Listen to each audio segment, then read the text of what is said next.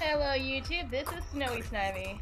As we all know, another year has rolled around and with it, more anime has come. Some have piqued my interest, while others I've just decided to stay the hell away from. So, despite it being a little late amongst the first impressions crowd, I've decided to tell you guys my first impressions on the anime I've seen thus far.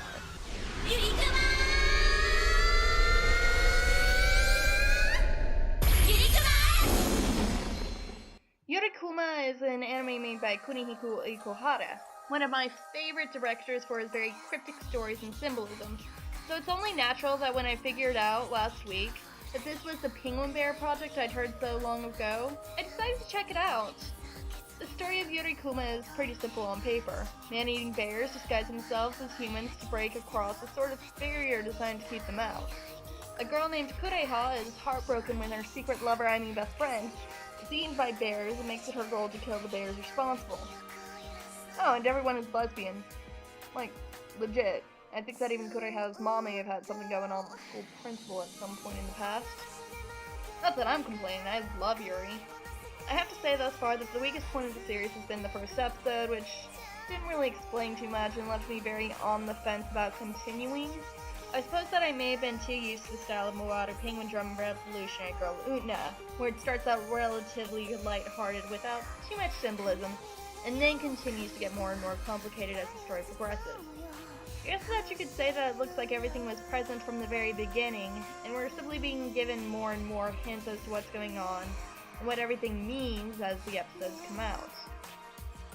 Episode 4 in particular actually sheds a lot of light on some of the symbolism, and the scene where Ginko and Lulu are licking the honey off of Kureha's lily suddenly makes a lot more sense to me, and wow, that sounded really weird and sexual, didn't it?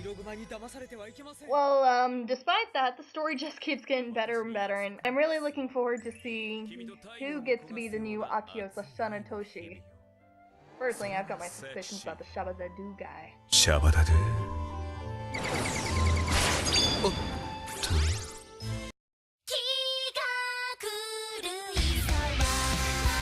a little hard to describe the plot and the setting of Rolling Girls, so I'll give it a try.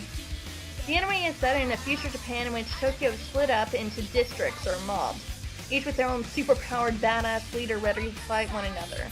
The story itself revolves around a girl named Nozomi, whose sister just happens to be one of these superpowered leaders. Matcha Green!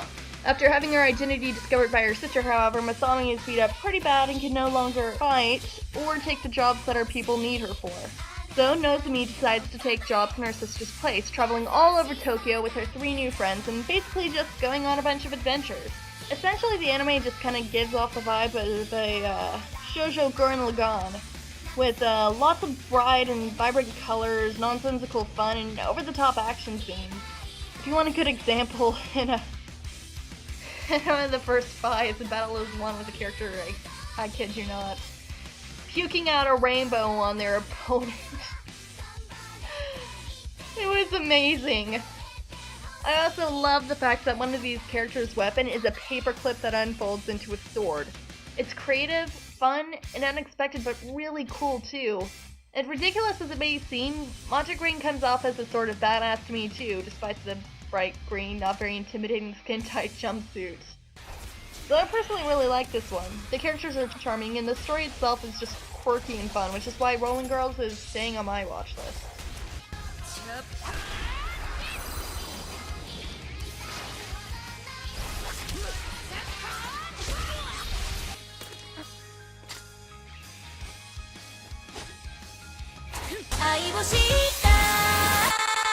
Warning, I'm not Christian, so I have no problems with this, but just gonna go ahead and say it. If you are a die-hard Christian, like, follow everything in the Bible, get offended at, like, even the smallest things, you may not want to even bother checking this out. So, Maria the Virgin Witch is exactly as the name implies, a witch named after the Holy Virgin Mary uses her powers, as well as her succubus and incubus familiars, to bring peace to the world. This story takes place in an old-timey England during a time of war, well, I don't even know. I honestly got bored of it before the first episode even ended, so yeah. I did at one point, however, hear that there's probably some sort of plot point about how if Maria loses her virginity, then she will lose her magical powers. Not my cup of tea. And really it was strange that I even decided to look at this in the first place, since I saw the word virgin in the title. I should have known that it was going to be about getting rid of that virginity, which I could see was probably going to be about after 10 minutes of the episode. Now don't get me wrong, if you're into that, whatever, but I suppose that when I saw the title of the series that I might have had something that I could relate to a little more personally. See, I'm an asexual, so I thought that maybe finally there might be a series exploring the realm of asexuality. Not even romanticism, just asexuality, baby steps, you know, baby steps. And when I saw Maria letting her succubus of all things virgin shamer, I just kinda lost my enthusiasm, you know? It didn't really help either that Maria is wearing skin-tight leather that shows her legs and most of her chest in this particular time period.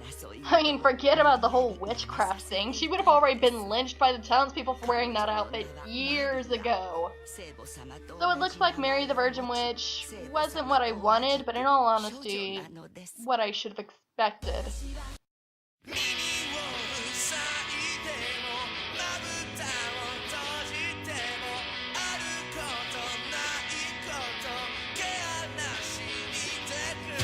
And now, the moment I have been waiting for. I freaking love Utada. If you saw my announcement about the light novel audiobook audition, then you would know this. And I've been so hyped ever since season 2 of Utada was announced that I cannot even explain how nervous I was that it would completely fail to live up to my expectations. And I am very pleased to say that it isn't bad at all. The show is really showing off a few of my favorite characters from the light novels, such as Kafka and Ruri, the Orihara twins, and Verona. The animation is okay. I just wanted to bring this up because, I don't know, I found it funny. I remember that at the time I first watched Utada, I thought the visuals were stunning because the only other anime I had watched at the time were really big anime like Naruto, Inuyasha, Death Note. You know, the ones with kind of below par animation. Now I'm just like, huh. Political really has shaped the way I look at animation, haven't they? But honestly, the only real problem I have with this new season is the order that they're deciding to put everything in. Now, I'm okay with non-linear storytelling. Takano was one of my all-time favorite shows after all, and I love Pulp Fiction. But the way they seem to be pulling it off this time just seems a little cheap. Some of it is just going in complete reverse, where there seems to be no real reason to do so other than to just make people go, "Oh, that's cool! I like how they did that! That's interesting. Yeah, but why does it happen like that? Why? I don't know if it was like that in the first season too, or if my taste in anime has just become pickier since then, but whatever. It's still a great series, and I'm still looking forward to seeing all the light novel characters in action. じゃあね。さ、もしかしてさ、月山さんたちのカバンの中に何か入れた？いろいろと。内緒。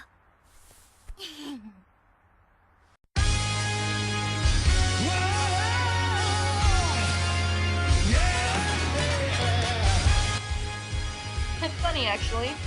I watched the third episode of Death Parade before the first two by accident, so most of the plot details were either a little confusing or completely spoiled to me. Regardless, it doesn't change the fact that I love it so far. The concept of the anime is very interesting, to say the least. When two people die together, they are brought to a place which they think is just some sort of ordinary bar. Upon arrival, however, the people are told that they must play a game with their lives at stake before they can leave. In reality, the purpose of the bar is to test the pair and see whether they deserve reincarnation or to have their soul dropped into the void. Due to the nature of the anime, it seems that there's a new pair of characters with each episode, with only a few recurring characters such as the bartender Deathbeam and his assistant.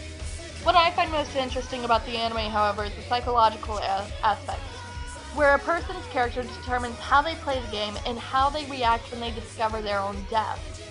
Do they play the game to win desperately and fear that they will die if they don't? Will they try to help the other person, or will they only be a fair sport and decide to have fun with the game? And how about their death? Will they be grief-stricken? Do they blame one another? Will they decide that it's all in the past and that it's time for them to move on to their next life, even if never given the chance? It's an interesting show with many possibilities. This is something to keep on your watch list for sure. Just don't get distracted by the weird character animations.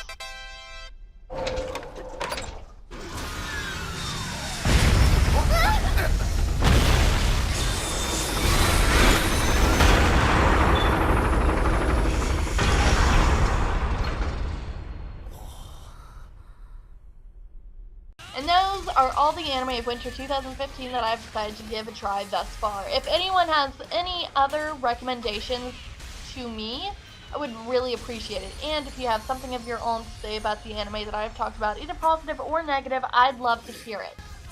For now though, I'm gonna go. Enemy Ive Seen, out.